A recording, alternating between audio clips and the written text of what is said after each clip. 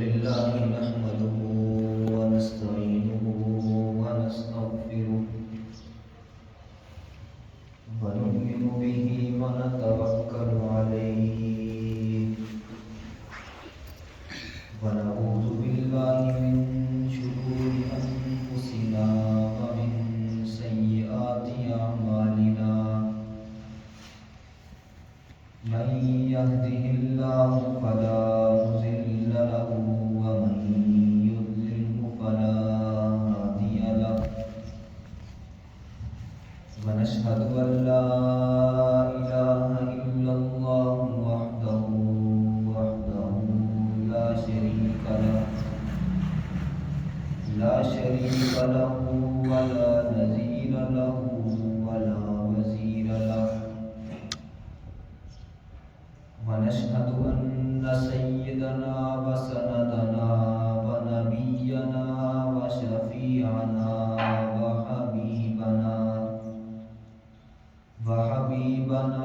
وحبيب ربنا ومولانا محمدا عبده ورسوله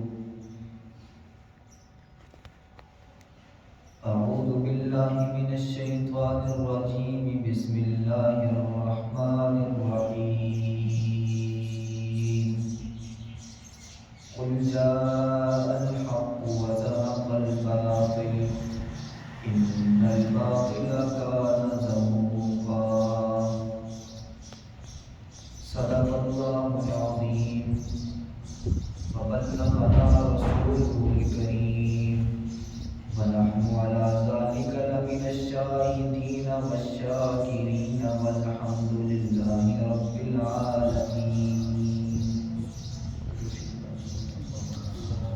اللهم صل على سيدنا ومولانا محمد وعلى آل سيدنا ومولانا محمد وبارك وسلم. انتہائی واجب الاحترام بزرگوں اور بھائیوں، اسلام سلامتی کا لفظ ہے اور ایمان امن کا درس دیتا ہے. گویا کہ اسلام اور ایمان سلامتی اور امن کا نام ہے، اور اسلام صرف عبادت کا نام نہیں ہے. اگر عبادت ہوگی اور اس کے ساتھ ہمارے عقائد درست ہوں گے تو پھر ہمارے اعمال کا بدلہ ہمیں اچھے انداز میں ملے گا. کچھ عقائد اہل اسلام کی ہیں، کچھ عقائد منکرین اسلام کی ہیں، اور کچھ عقائد دشمنان اسلام کے ہیں. اسلام کے دائرے کے اندر رہنے کے لیے ضروری ہے کہ جو قرآن و حدیث اور حضرات صحابہ کرام رضوان اللہ تعالی علیہم اجمعین نے جو عقائد ہم تک پہنچائے ہیں، انسان اس کا پابند رہے، تبھی وہ اسلام کے دائرے کے اندر رہ سکتا ہے. ورنہ اگر منکرین اسلام یا پھر دشمنان اسلام کے عقائد پر چلے گا تو پھر اسلام کے دائرے کے اندر اس کو جگہ نہیں مل سکتی. منکرین اسلام اور دشمنان اسلام، ان دونوں کے اندر صرف ایک فرق ہے، اور یہ فرق ہے کہ منکرین اسلام جو ہیں وہ اپنے عقیدے کا پرچار ضرور کرتے ہیں لیکن اسلام کے نام پر نہیں کیا کرتے، اور جو دشمنان اسلام ہیں وہ اپنے عقیدے کا پرچار کرتے ہیں، اس کی تبلیغ کرتے ہیں، لیکن اسلام کے نام پر کرتے ہیں، اپنے آپ کو مسلمان کہہ کر کرتے ہیں. اور ان دونوں عقائد جو ہیں، ان دونوں لوگوں کے جو عقائد ہیں وہ اسلام کے عقائد سے بالکل منافی ہیں. آج کا دور ہے، فتنوں کا دور ہے. ایک آنکھ ہماری سوتی ہے تو 10 فتنوں کی آنکھ کھل جاتی ہے. حضور علیہ الصلوۃ والسلام نے یوں نہیں فرمایا تھا، مفہوم ہے کہ انسان صبح مسلمان ہوگا، گھر سے نکلے گا، اور جب شام کو واپس گھر لوٹے گا تو پھر وہ مسلمان کی صفوں کے اندر نہیں ہوگا، بلکہ وہ کافر ہو چکا ہوگا. پھر شام کو نکلے گا، مسلمانوں کی حالت میں نکلے گا، اسلام سینے میں ہوگا، لیکن جب صبح کو لوٹے گا تو وہ اسلام سے ہاتھ خالی ہوگا۔ یہی وجہ ہے کہ آج دشمنان اسلام اس قدر اپنے عقیدے کی تبلیغ کر رہے ہیں کہ اگر ہم اپنے عقائد پر پابند نہ رہیں اور ہمیں اپنے عقیدے کا معلوم نہ ہو تو ہم ان کے عقیدے کو حق سمجھنے لگ جائیں گے۔ وہ اس انداز میں کرتے ہیں۔ اس لیے علماء کرام نے بارہا جگہ پر یہ لکھا بھی ہے، تحریر بھی فرمایا، اور یہی کہتے ہیں کہ اہل باطل کو سننے سے اور ان کے ساتھ تعلقات رکھنے سے حق پر دل جمی نہیں رہتی۔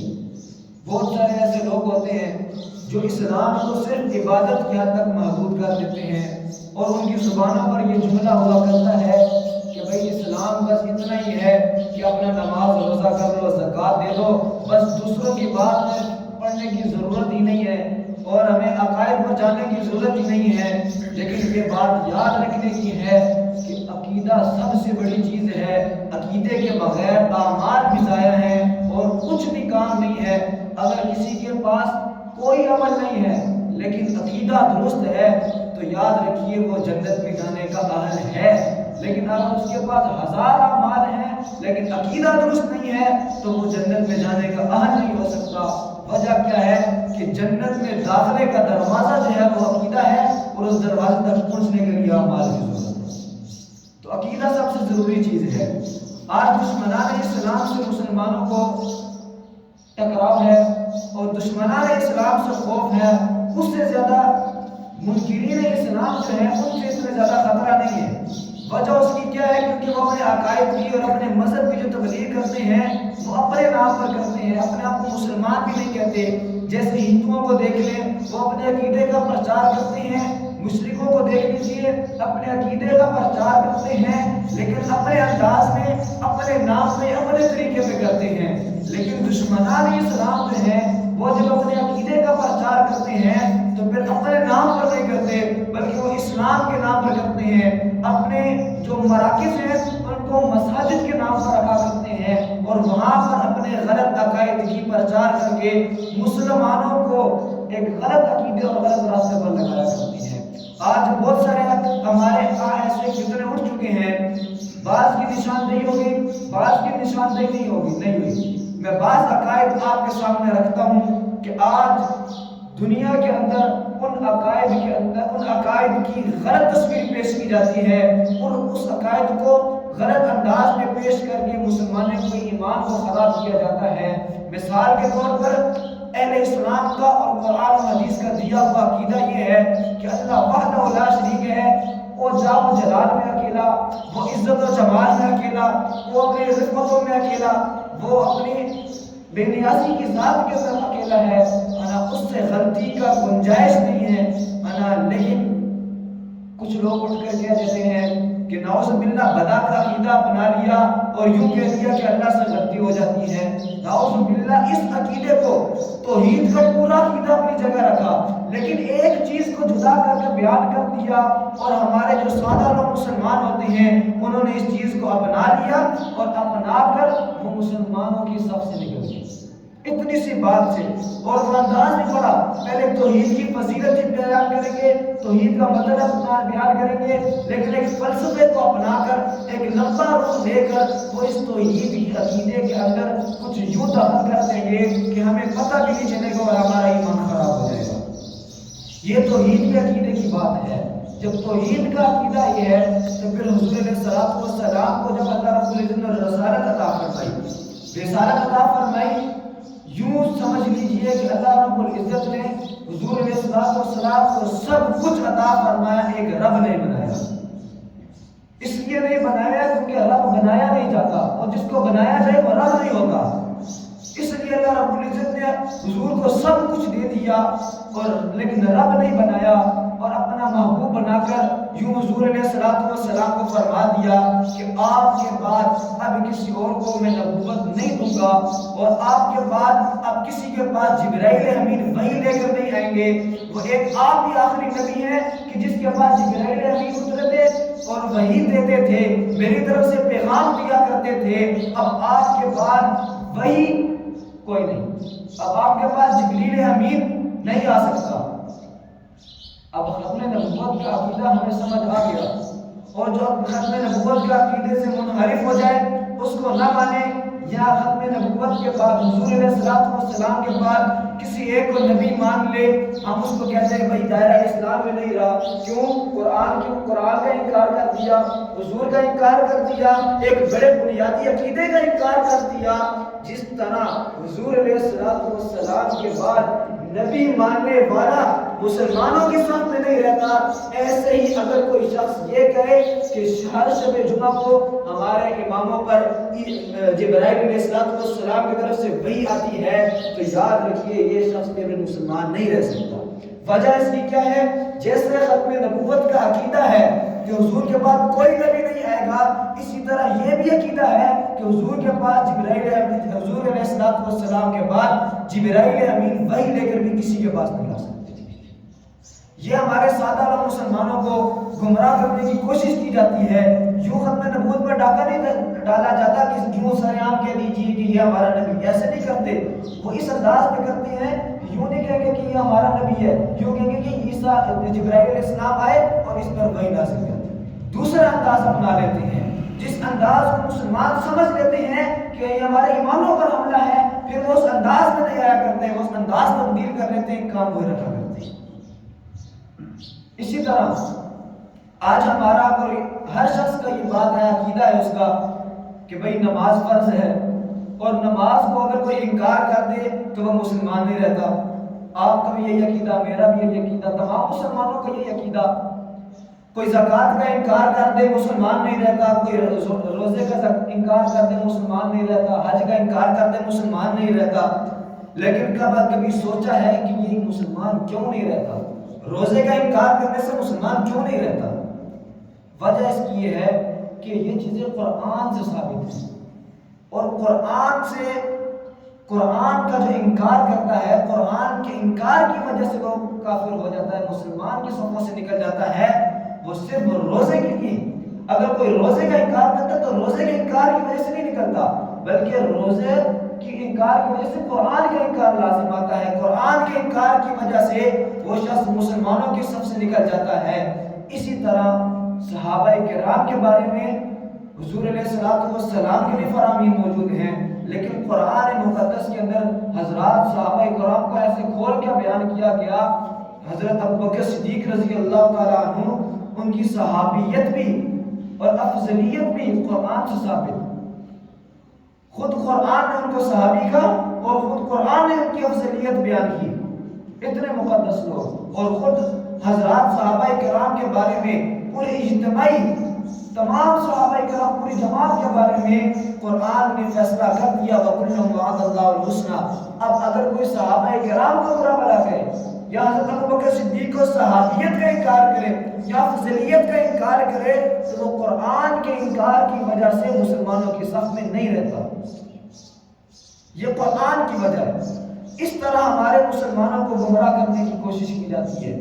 آج ہمارے معاشرے کے اندر ایسے لوگ بھی ہیں، خود ہمارے جاننے والے بھی ہیں، جو ایسا کرتے ہیں کہ جن کے ساتھ جب ہمارا تعلق ہوا کرتا تھا وہ بڑے اچھے مسلمان ہوا کرتے تھے، وہ بڑے تبلیغ کے ساتھ بھی جڑا کرتے تھے، سر پہ امامہ بھی ہوا کرتا تھا، چہرے پہ داڑھی بھی تھی. لیکن اس شخص کو ہم نے ایسا بھی دیکھا کہ وہ آج اسلام سے ہاتھ خالی ہے. آج وہ مسلمانوں کے سر میں نہیں، ہمارا جاننے والا. یہ کیا وجہ ہے؟ اپنے عقائد پر پابندی نہ ہونے کی وجہ سے. عقیدہ اتنی ضروری ہے کہ اس کی مثال میں اس طرح دیتا ہوں کہ ایک بورڈ پر، دیوار پر آپ زیرو کا حرف لکھتے رہیں، جتنے مرضی لگا دیں، اس کی کوئی حیثیت نہیں ہے، کوئی بھی حیثیت نہیں ہے، سارے زیرو ہیں. لیکن اگر اس کے شروع میں ایک ون لگا دو تو اس کی حیثیت تبدیل ہو جاتی ہے. جو اب تک زیرو کی حیثیت میں تھا وہ ایک لگنے کی وجہ سے 1 لاکھ بھی بن جاتا ہے، 1 کروڑ بھی بن جاتا ہے. ہمارے ہزاروں اعمال ہو، جتنے مرضی اعمال کر لیں، ہماری نمازیں بھی ٹھیک، ہمارے روزے بھی ٹھیک، ہمارا سب کچھ ٹھیک، لیکن اگر ہمارا عقیدہ درست نہیں ہے تو پھر یاد رکھیے ہمارے ان اعمال کی کوئی حیثیت نہیں رہتی. آج ہمارے معاشرے کے اندر ایسے لوگ بھی رہتے ہیں کہ جنہیں ہم بھی مسلمان کہتے ہیں، ہمارا معاشرہ بھی مسلمان سمجھتا ہے ان کو، اور وہ خود بھی اپنے آپ کو مسلمان سمجھتی ہیں، لیکن قرآن و حدیث کی روشنی میں اگر ان کو دیکھا جائے تو ان کو اسلام سے کوئی تعلق نہیں ہوگا۔ ایسے لوگ بھی ہیں، اور ایسے لوگ بھی ہیں ہمارے ہاں۔ یہ غلطی ہماری ہے کہ ہم ایسے لوگوں کو دائرہ اسلام سے خارج سمجھتے ہیں کہ جو اسلام کے اندر موجود ہوتے ہیں۔ ایسے لوگ بھی ہیں، بہت سارے ایسے لوگ ہیں۔ بہت پرانے زمانے کی بات ہے کہ کچھ لوگ تھے، انہوں نے اسلام کے خلاف باتیں شروع کی۔ ہندوستان کی بات ہے، اسلام کے خلاف باتیں شروع کی اور ملک پاکستان بنا، ملک پاکستان میں آ گئے۔ کچھ بدعات کو انہوں نے نئی شکل دے دی اور کچھ بدعات کو تبدیل کر پیش کیا، اور کچھ نئے انداز میں عبادات کا طریقہ پیدا کر دیا۔ جب یہ طریقہ چلتا رہا تو پھر ایک جماعت نے ان کی پکڑ کا ارادہ کیا، چنانچہ دلائل کے ساتھ ان کی بات کو رد کیا، لیکن رد کرنے کا نتیجہ کیا ہوا کہ انہوں نے، اس جماعت نے، ان لوگوں نے جو ہندوستان سے آئی تھی، جو بدعات کا ایک رواج دے رہی تھی، انہوں نے ان کے اوپر کفر کا الزام لگا دیا۔ نعوذ باللہ، یہ کافر ہو گئے۔ لیکن بعد میں انہی لوگوں نے انہی کے ساتھ اتحاد کر لیا، اور انہی کے ساتھ اتحاد کر کے ان کے ہاتھوں میں ہاتھ دے کے ان کو مسلمان تسلیم کر دیا، ان کا اسلام مان لیا۔ اب نتیجہ کیا نکلا کہ جنہوں نے پہلے ہی کافر کہا تھا وہ بعد میں مسلمان کہہ رہے ہیں، اور حضور علیہ السلام کی حدیث ہے، خود حدیث کے اندر موجود ہے کہ جس نے کسی کو کافر کہا، یا کہنے والا کافر ہے یا سننے والا کافر ہے، یا جس کو کہا جائے وہ کافر ہے۔ اب ہمارا ہاں یہی رواج ہے کہ کفر کے فتوے سستے ہو گئے۔ آج ہم گپ شپ کے اندر بھی کسی کو کافر کہہ دیتے ہیں، حالانکہ یہ اتنا سستا کام نہیں ہے۔ امام اعظم ابو حنیفہ رحمۃ اللہ علیہ، ہم تو عام لوگ ہیں، امام اعظم ابو حنیفہ رحمۃ اللہ علیہ جن کے لوگ تقویٰ کی مثالیں دیا کرتے ہیں، جو اتنے بڑے مفتی ہیں، لیکن کیا کہتے ہیں؟ فرماتے ہیں کہ مجھے فتویٰ دیتے ہوئے ڈر لگتا ہے کہ اس اسلام کے بعد، کلمے کے بعد اگر سب سے مشکل چیز ہے تو وہ فتویٰ دینا ہے، اور کسی کے کفر کا فتویٰ دینا ہے، یہ اتنا مشکل کام ہے۔ لیکن آج ہمارے معاشرے کے اندر اس چیز کو سستا سمجھ لیا گیا۔